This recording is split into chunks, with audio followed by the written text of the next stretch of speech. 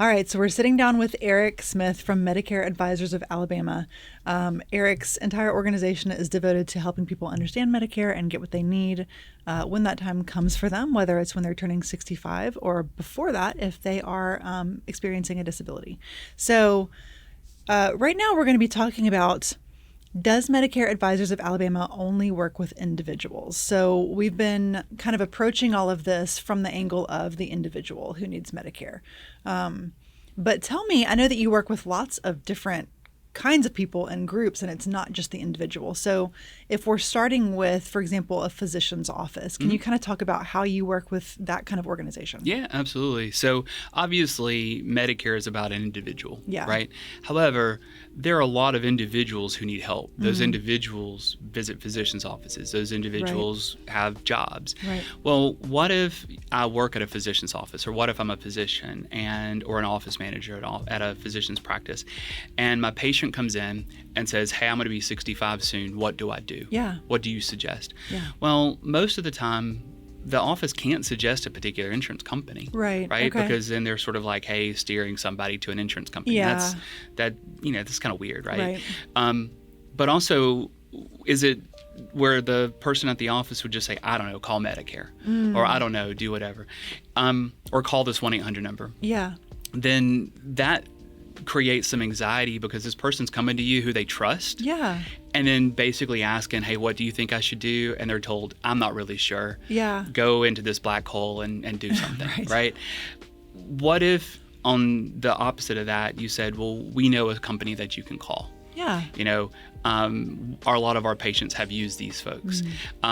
We're a real value-added benefit to a physician's practice because what can happen is that we can understand your practice as a physician group to know what insurance companies you accept, what insurance companies that you don't accept, what are the, depending on what type of practice it is, especially if you're a specialist and you specialize in certain things, what insurance companies benefit the majority of your patients. Yeah. But then also we can be a benefit back to the physicians to say, hey, this particular patient needed this insurance plan because of this thing. Right.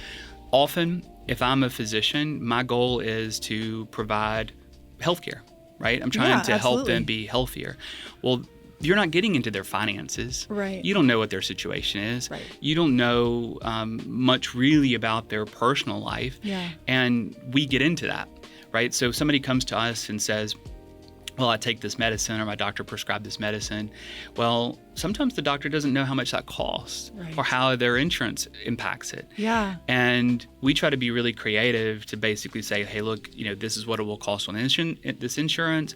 We've done a little bit of research.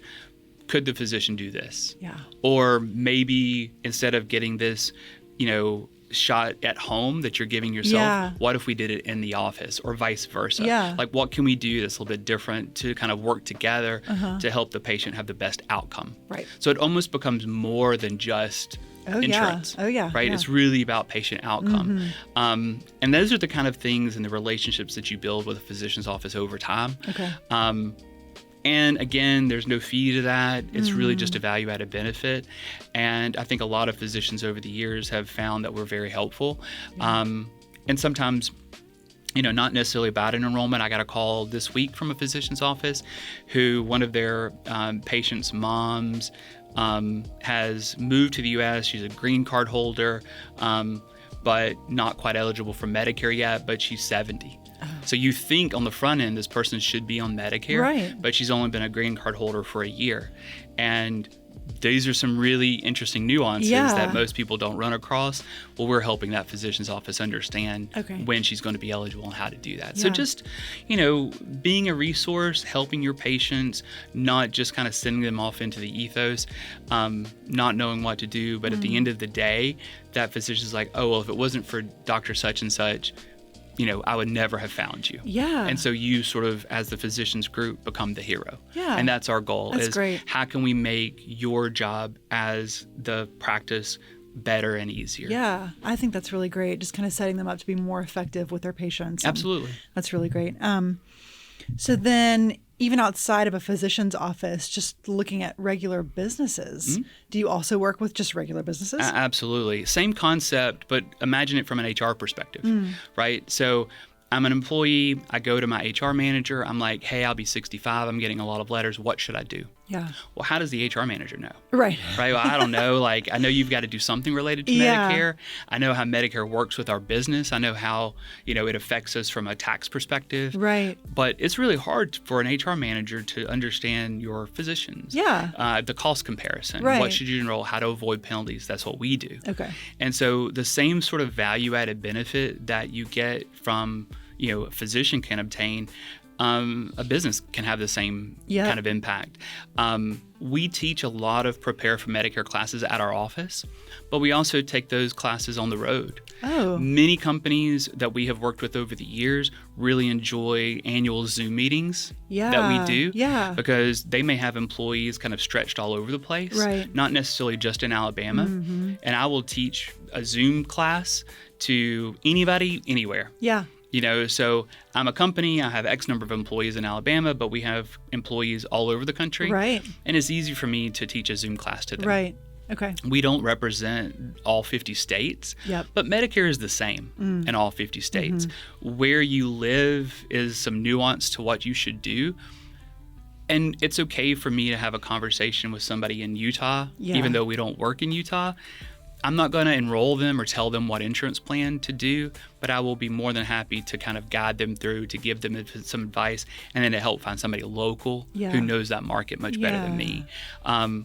And that's sort of the benefit that an employer can have is no cost to the employer. It's just simply being a resource to your employees. And it makes your job a lot easier because it's like, look, I don't know, but then here's a group that you should call. Right. Yeah.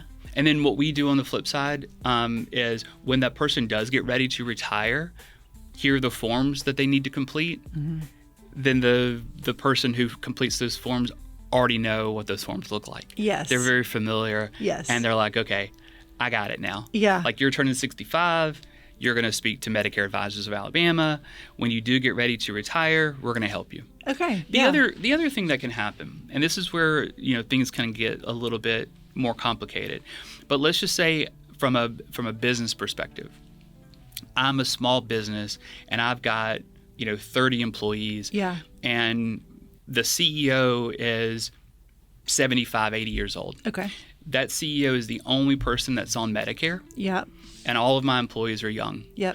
Well, if you look at that as a company, then your insurance may be a lot more expensive because the age is skewing. And when you go to do your renewal, your person who's helping you with your group insurance is like, your population without this person is younger, so your insurance could be less expensive. Okay.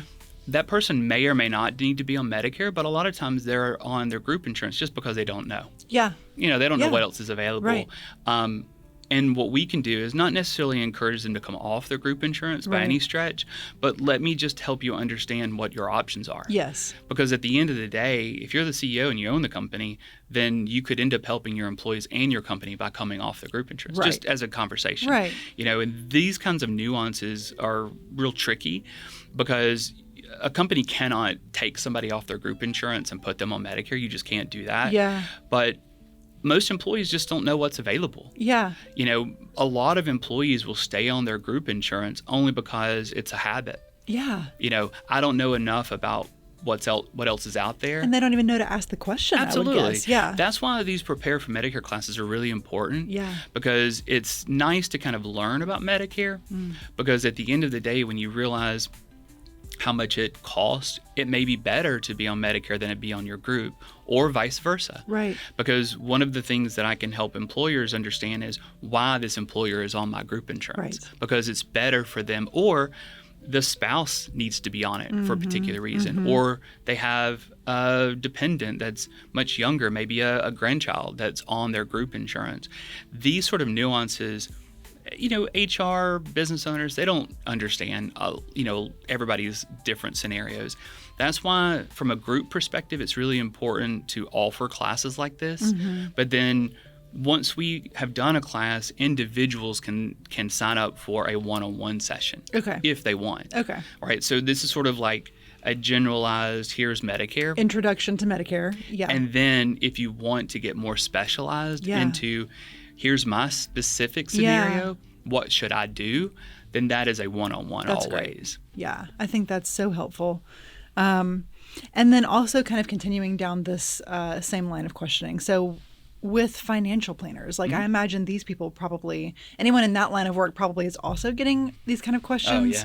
So how do you work with them? How do you support them? Yeah. So from a financial planning standpoint, they have a fiduciary responsibility to all their clients. Yeah. Right. They want to make sure that they're protecting their clients' finances.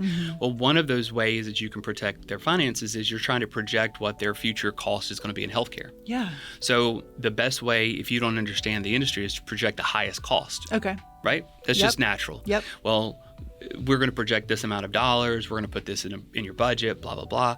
Well, what if you didn't have to pay that much? Yeah. Right? So you're sort of projecting this amount of money, but what if your situation is different, that you could save more money of that and reinvest it into something, right? Yeah. So understanding what's available for your clients locally, most of the time that when we're working with financial planners, sometimes, well, I say most of the time, but people can have very high incomes. Yeah. They're coming off of their group insurance, they're retiring, but when they retire, their income could be much higher. Yeah. And they're going to incur what's called an income-related monthly adjustment amount. Okay. How to fill out the proper paperwork to say, I'm having a life-changing event. This isn't my income in the future. Yeah. This has been my income, but my income is changing. We help those kinds of people complete those forms to reduce what their Medicare cost is going to be, and then compare their options. Going back to, should I choose traditional Medicare? Should I choose a Medicare Advantage plan? What's in the best interest for both me and my spouse? But also a value-added benefit to the financial planner, because one of the things that I stress all the time is that if we're working with someone, our number one responsibility is for that person to come back to you and say thank you. Because if they come back to you and say, thank you for referring me to this organization, they were so helpful, then we have done our job. Yeah. The last thing we want to do is say, hey, we helped this person, and they went back to their financial planner and said, what did you do? Like, this person was awful. Like, that would be the worst thing in the world. Nightmare. And it comes back to always being consistent. Yeah. What value are we providing to every single person that we meet with? And we really carry that same sort of financial planning philosophy of fiduciary responsibility. But we don't compete with each other, because we don't sell financial products. Right. There are some people in this industry, in the industry that I'm in, that are focused on Medicare, but they're also trying to sell a lot of other products, annuities or life insurance and these kinds of things. We don't do that. Okay. We dabble a little bit into life insurance, but we definitely don't get into financial products. Right. So that is their lane. That is definitely not something that I want to even attempt to understand. Right. What we're trying to do is sort of solve a problem. I always joke that we're sort of like Rubik's Cube masters, right? Yeah. So what we're trying to do initially is somebody comes in, they give us a scenario, and it's just like this cube that's like all bundled up, and we're just trying to figure out, where are the colors? Let's try to get them figured out. Let's at least get a couple of sides figured, and then we're going to make your best guess for you. Right. And then send that back to the financial planner to kind of say, hey, here's what we're thinking. Yeah. And really work together as a team. Yeah. And I think that has worked really well for us for a very, very long time. Yeah, and works really well for the people that you're helping as well, I would imagine. Absolutely. Because at the end of the day, the trust that they need to have, anybody who handles your money, you got to have a lot of trust for them, right? That's like the number one person. For sure. And from the same perspective for what we do. Yeah. Our job is not to just enroll people into plans. Our job is to provide advice and to help the best that we can. And if that advice ends up helping your client, then we've made your bond with your client stronger. Yeah. And that's as simple as it can say. And that's a huge win. Absolutely. Yeah. Very cool. So we've talked about physicians, we've talked about just sort of general business, and then financial planners. Are there other industries or sectors that you feel like could especially benefit from your services? Sure. So there's a lot of organizations. Like, we've had opportunities to speak at churches. We've had opportunities to speak at social worker organizations. Anyone who's interested in having the topic of Medicare discussed. I think is really important. And we take our Prepare for Medicare classes on the road. So if somebody is ever interested in hosting a class for it could be a senior group. It could be a group of social workers. It could be a group of, nurses or just HR managers. Yeah. Like there's a lot of different organizations that could benefit from just learning about what we do and about Medicare in general. And then we can sort of customize topics. Sure. There have been times in the past where a certain group has said, hey, can you do a Medicare talk? But it can't necessarily be about what to do when you turn 65. It's really about how can we help our whoever. Yeah. How can we help our members, or how can we help our patients? I remember years ago, I had the opportunity to speak at an organization that was like volunteer grandparents, which I thought was the most fun organization because it was basically a lot of retired folks who were working with kids that didn't have grandparents. Oh, that's And they so were sort of like sweet. just volunteer grandparents, so the kids could go and like hang out with them. Yeah. And I thought it was a great organization because it was fun to have these young kids working with these older people because they are helping each other. Right. And all I was doing was helping the volunteer grandparents know, like, hey, here's how Medicare works. Yeah. But they were a part of so many different organizations that sort of, kind of jumped off to a lot of other groups that started to call me and say, hey, can you teach a class here? Or can you talk about that topic here? Right. We also work with different organizations that host classes in our office. Okay. So we have a 30-seat or so pretty large conference room that is really nice. And some organizations will use it to teach classes of whatever topic or sort of a partnership. Yeah. So let's just say, going back to financial planners or any social group, if they wanted to host a class in, our office and do sort of a joint partnership, we can also do that. And there's no cost to that. Yeah. Because it benefits us because people know where we are. Yeah. And we don't mind kind of having that space for people to come in and utilize that. Yeah. Just sort of fun for us to be able to use that. It's where we teach our Prepare for Medicare classes, but other organizations can use it as well. And I think that's really cool that you're partnering up with other organizations that are going to be helpful to probably the same group of people, just kind of helping people wherever they are. Yeah, no, absolutely. Yeah. I think that's the key. I mean, it goes back to the whole point of the company. Yeah. Medicare Advisors of Alabama, we've sort of expanded a bit from just Medicare, right? Because we do other things now, like we do a little bit of marketplace insurance and some other topics and stuff. But I think the majority of what we do is focused on how can we help the community? How can we sort of have these conversations that are complicated? Right. But if I'm an organization and I have employees that are touching the community in some way, or if I have, people who are attending our classes and touching the community in some way, the topic of Medicare, the topic of Medicaid, the topic of, hospital cost, or because you hear these things in the news often, right? You hear Social Security is going to run out of money. You hear Medicare is going to run out of money. These are things that I'm pretty knowledgeable about. Okay. And we can sort of turn these meetings into, let's specifically take the fear out of some things. Yeah. Let's partner together and bring in some experts that can kind of talk about stuff. Right. These kinds of conversations can be a lot of fun. Yeah. And they can be customized. Yeah. And we have the space to be able to do it. That's amazing. Okay, so in this video, we've been talking about whether Medicare Advisors of Alabama works with just individuals or, different kinds of organizations. Obviously, the answer was lots of different organizations. Whoever has a need is who Eric and his team will work with. If you found this helpful, be sure to watch the rest of the series. We've been filming all kinds of questions about Medicare and what the answers are and what the next step could be for you if you're in this boat, whether you're approaching 65 and wondering what's next, or if you are experiencing a disability before the age of 65 and you're thinking, well, how do I even go about finding out what I do about this? The answer is Medicare Advisors of Alabama. This is who you want to be talking to. They offer free classes, all kinds of expert guidance, very compassionate, very personable. So visit medicareadvice.org. You can check out the class schedule. You can find out how to get in touch with Eric and his team. And we are so thankful that you've been watching our videos. Any last thoughts before we sign off? No, I think this has been fantastic. I really appreciate the opportunity to speak with you. If anybody ever has any questions or need our help in any way, just reach out, call our office, schedule time to talk with us. Yeah, that's great. Well, thank you for being here and giving us all of your amazing wealth of knowledge that you've been offering today. No, you're so welcome and happy to do it.